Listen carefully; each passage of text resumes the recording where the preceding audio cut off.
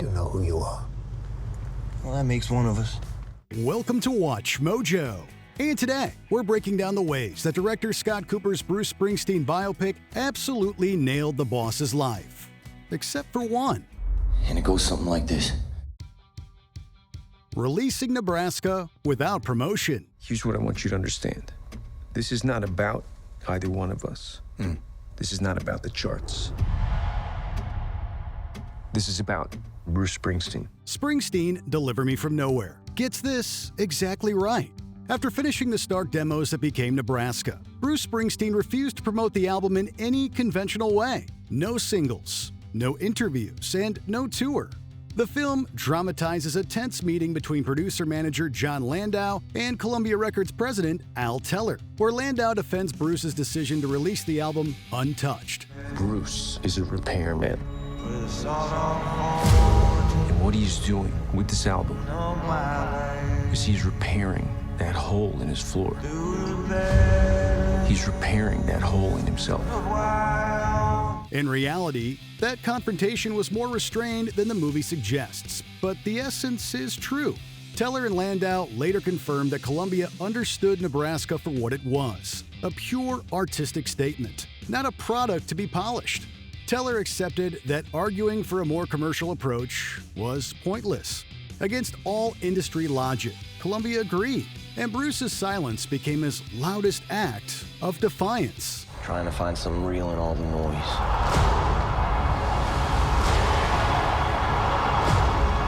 You always do. Springsteen's home recording of Nebraska. Hey, boss, can you do a mic check?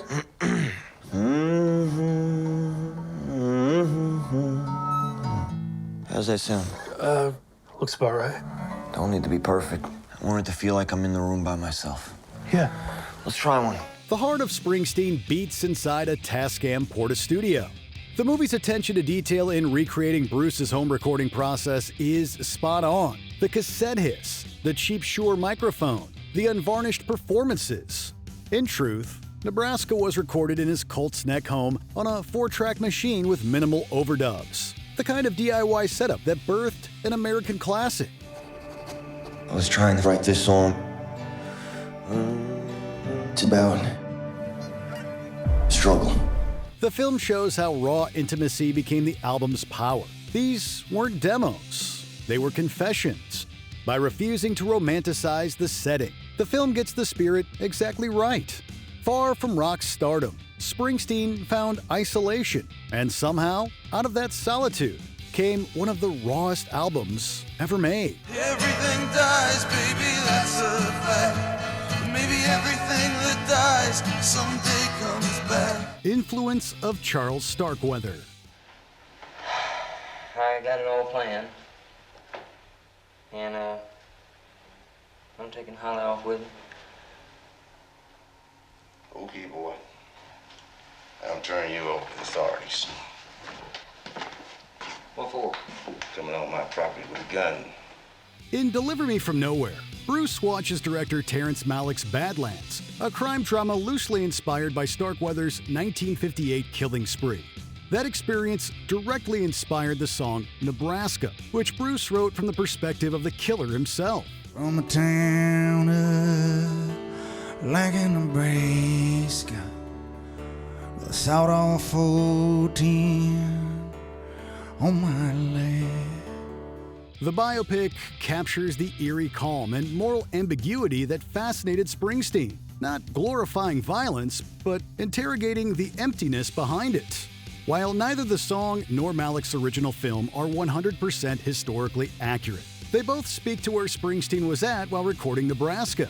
By tying Starkweather's nihilism to Bruce's broader meditation on American despair, Springsteen connects the dots between art, violence, and empathy, just as Bruce did when he first pressed record in that dim New Jersey room. Through the badlands of Wyoming, I killed everything in my pain. The Electric Nebraska Sessions. Everything dies, baby, that's a fact. But maybe everything that dies someday comes back. Given how iconic Nebraska's rawness is, it can be easy to forget that it wasn't intended to be that way. The film correctly depicts Springsteen and the E Street Band recording full electric versions of the songs. Versions that, while powerful, felt wrong to Bruce. Put your makeup on, fix your hair up pretty, and meet me tonight in Atlantic City. He ultimately released the haunting 4-track demos instead. The movie uses this as a metaphor for artistic integrity, knowing when not to polish something.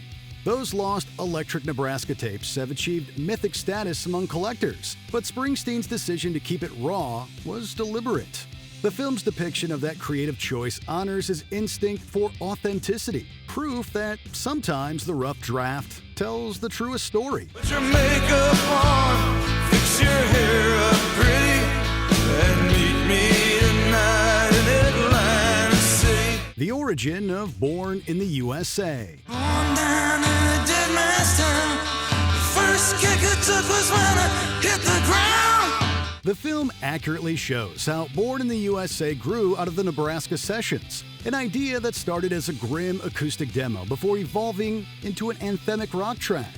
Taxi driver scribe Paul Schrader wrote a script titled Born in the USA and sent it to Springsteen with the hopes that he'd star. Bruce passed on acting, but the script lit a fuse. He wrote Born in the USA for it, then cut a stark 4-track demo during the Nebraska period before reworking it into the 1984 full band blast. End up like a dog that's been beat too much till you spend half your life just to cover it up now. Because Bruce took the title for his song/album, Schrader retitled his film Light of Day, and Springsteen kicked in a song for its soundtrack. Lyrically, Born in the USA remained what it always was, a Vietnam vet's grievance wrapped in stadium thunder, widely misread as triumphal. Born in the USA. Born in the USA. Bruce's relationship with his father. I'm gonna tell you a little story. When Bruce was little, he had a hole in the floor of his bedroom. Me and her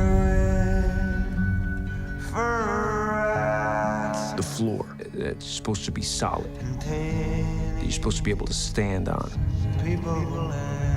Bruce, he didn't have that. Few relationships shaped Bruce Springsteen more than his fraught bond with his father Douglas. The movie gets this dynamic right. The uneasy silences, the blue-collar pride, and the lifelong yearning for approval. Douglas suffered from undiagnosed mental illness, and the film wisely avoids caricature, portraying him as both distant and human. It was difficult. It was the 50s. I think men were less attuned to their children in those days. Crucially, the film's final scene depicts Springsteen sitting on his father's lap for the first time, at 32 years old. The rock legend has confirmed that this indeed took place. This depiction aligns with Bruce's own reflections in Born to Run, the emotional inheritance of working-class masculinity that defined so much of his music. It's an uncomfortable truth, but one that Springsteen treats with empathy and accuracy. I mean, at the end of the day, you know, when my pop, particularly when he got older and he softened up quite a bit. But my father was struck by a lot of mental illness, and so that doubled up on all the confusion and the difficulty. Sort of ran through our family, and it affected him very deeply. Jon Landau encouraging Bruce to seek therapy. The label, once you have your first top 10, they're just thinking about momentum. I'm trying to find something real. These new songs, they're different, but they're the only thing making sense to me right now. The only thing I can still believe in. Then we'll get it. Whatever it takes. Talent manager Landau isn't just Bruce's longtime producer. He's his lifeline. The film accurately portrays Landau urging Springsteen to seek psychological help at the time when the singer's depression threatened to consume him. Springsteen has credited Landau publicly for saving his life, describing him as the sane voice in the room. On May 9th, 1974, I went to a concert at the Harvard Square Theater, and I was so overwhelmed by the performance that I went home after the show and wrote those famous words that I'm still so proud of. I've seen rock and roll future, and its name is Bruce Springsteen. Their relationship wasn't merely professional, it was deeply personal, built on creative trust and emotional honesty. The movie's quiet scenes between the two men ring true. They show how Landau's empathy helped Bruce confront his demons and channel them into art. In a film about Nebraska, Landau represents the bridge between despair and creation, and Springsteen gets that completely right. This is a highly unorthodox career move. That's the point. He's channeling something deeply personal. But in this office, my office, we believe in Bruce Springsteen. Springsteen's struggle with depression. He's channeling something deeply personal. I ran with my heart pounding down that broken path. These songs are about someone who is guilty. With the devil Guilty of snapping at leaving behind the world he comes from. One of the film's greatest strengths lies in how it handles Springsteen's lifelong battle with depression. Both the Nebraska album and Bruce's later autobiography confirm his mental health struggles, including episodes that left him immobilized, as depicted near the film's end. The movie's restrained tone captures this, not with melodrama, but with quiet realism. Those songs, the only thing making sense to me right now. Jeremy Allen White's performance conveys the weight of a man confronting internal darkness while standing at the peak of fame. In interviews, Springsteen himself has spoken about therapy, medication, and inherited mental illness. By refusing to romanticize his pain, the film gets the emotional truth right, revealing the cost of carrying America's blue-collar dreams on one man's shoulders.